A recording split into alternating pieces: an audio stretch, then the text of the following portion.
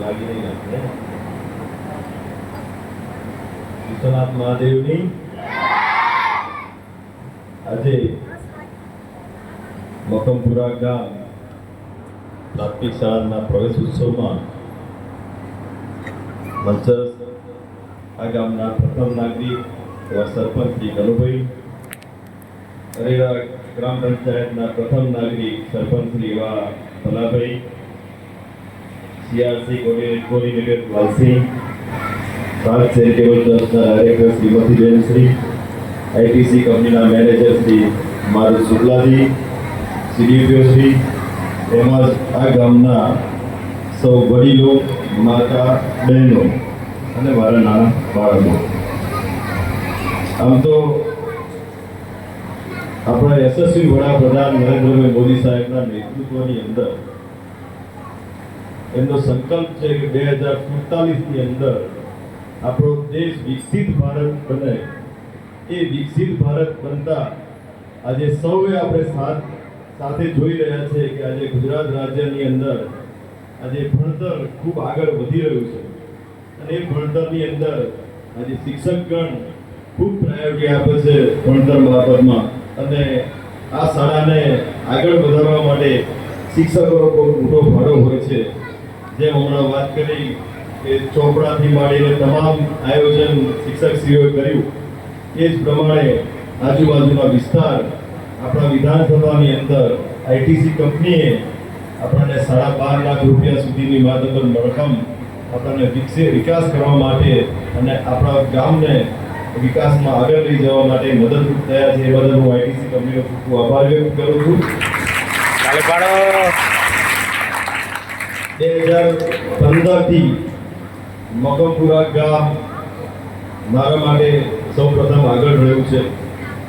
2015નું મકમપુરા ગામ જોઈએ અને 2025નું મકમપુરા ગામ જોઈએ, એમાં ઘણો બધો ફરક આવી ગયો છે. વિકાસના ધોરણે આજે આપણે વિકાસ કરી રહ્યા છીએ.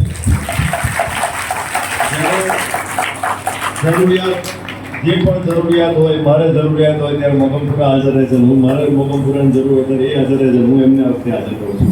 પણ જ્યારે જરૂરિયાત સરકાર તરફથી જે યોજનાઓ આવતી હોય છે એ સરકારના યોજનામાં દીકરીઓને ભણવા માટેની તમામ જે જવાબદારીઓ અને જે યોજનાઓ છે એ સૌ લાભ લે.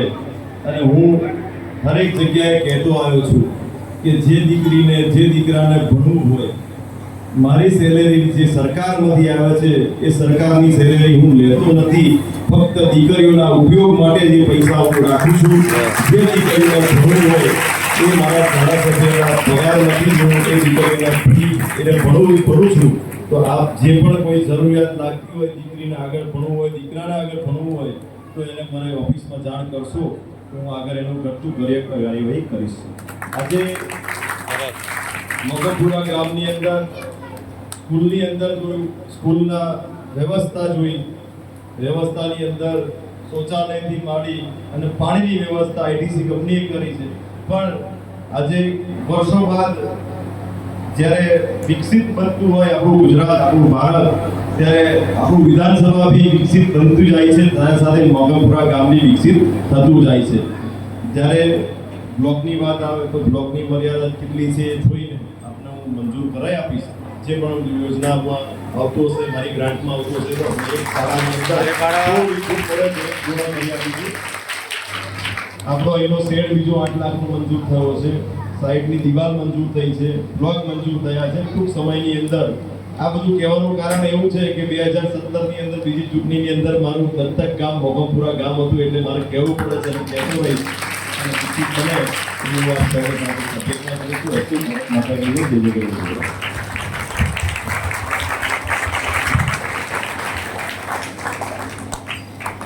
સાહેબજીનો ખૂબ ખૂબ આભાર. આપના પ્રેરક શબ્દોથી અમે ખૂબ પ્રોત્સાહિત થયા છીએ. હવે આજના આ કાર્યક્રમની આભાર વિધિ અમારી શાળાના શ્રી પ્રિતેશભાઈ કરશે. તો તેમને વિનંતી કે તેઓ આગળ આવીને આ કાર્યક્રમની આભાર વિધિ કરે. બોલો વિશ્વનાથ મહાદેવની જય. આજે સવારે ચોથું જે વસ્તુ મેં સાંભળી કે જहाँ चाह है वहाँ राह है, એટલે ઈચ્છા હોય ને તો બધું થાય. ગઈકાલે 5-6 વાગ્યા સુધી પ્રોગ્રામ કેમનો કરવો, ક્યાં કરવો એ પ્રશ્ન હતો, પણ ઘણા વર્ષોથી હું જોઈ રહ્યો છું કે મોકામપુરા ધારે ને તો એ બધું જ કરી શકે છે. અને આજે આપણે સાબિત કરી બતાવ્યું છે કે આપણે ભવ્ય પ્રોગ્રામ કરવો હતો અને ભગવાને પણ આપણને એમાં મદદ કરી છે. એટલે પહેલા આપણી ઈચ્છા અને મહેનત, પછી ભગવાનનો સપોર્ટ આપણને મળ્યો છે. તો પહેલામાં પહેલા આપણને કાર્યક્રમને સફળ કરવા માટે ભગવાનનો ખૂબ ખૂબ આભાર માનીએ છીએ.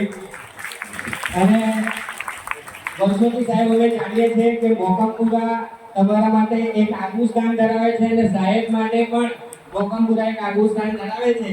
તો આપણા આ કન્યા કેળવણી મહોત્સવ અને પ્રવેશોત્સવ કાર્યક્રમમાં આપણો કિંમતી સમય આપ્યો એ બદલ આપણા વિસ્તારના ધારાસભ્ય શ્રી સંજયસિંહ મહિડાનો ખૂબ ખૂબ આભાર માનીએ છીએ. એ સિવાય આપણને શાળામાં સુંદર દાન આપનાર એવી આઈટીસી કંપની અને તેમના સ્ટાફનો પણ ખૂબ ખૂબ આભાર કે તમે તમારો કિંમતી સમય કાઢી અને અમારા પ્રોગ્રામમાં હાજર રહ્યા.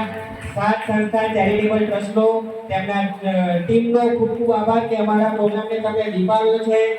અમારા ગામના પ્રથમ નાગરિક અમારા કનુભાઈ ચૌહાણ, અમારા સરપંચશ્રીનો ખૂબ ખૂબ આભાર. છેલ્લા 5 દિવસથી ખડા પગે અમારા પ્રોગ્રામને સફળ બનાવવા માટે અમારી સાથે ખભેથી ખભો મિલાઈને ઊભા છે. તે બદલ આપણો ખૂબ ખૂબ આભાર. અરેડા ગામના સરપંચ ભલાભાઈ સાહેબનો પણ ખૂબ ખૂબ આભાર. લાયસન્સ અધિકારી લાલસીભાઈનો પણ ખૂબ ખૂબ આભાર માનીએ છીએ. ચલાટીબેનનો પણ ખૂબ ખૂબ આભાર. આરોગ્યની ટીમ પણ સવારથી આપણી સાથે હાજર છે, તો એમનો પણ ખૂબ ખૂબ આભાર માનીએ છીએ. ત્યારબાદ જો વાત કરું તો ગામના વડીલો વગર કોઈ પણ પ્રોગ્રામ અમારાથી સફળ કરી શકાય નહીં. તો આખા પ્રોગ્રામમાં તમારી હાજરી બદલ આપ દરેકે દરેક વડીલ, માતાઓ, ભાઈઓ, બહેનો બધાનો ખૂબ ખૂબ આભાર. અમારી શાળાના સ્ટાફ, આચાર્યશ્રી તમામે સતત મહેનત કરી અને આ પ્રોગ્રામને અતિથી અંત સુધીમાં સુંદર રીતે આયોજનપૂર્વક કામ કરેલું છે, તે બદલ એમનો પણ આભાર. અને સૌથી છેલ્લે અમારી શાળાના બાળકો જે સવારથી ફન કરી રહ્યા છે આખા પ્રોગ્રામમાં અને આખા પ્રોગ્રામને શાંતિથી નિહાળો અને મજા કરી, એ બદલ આપનો પણ ખૂબ ખૂબ આભાર. Thank you.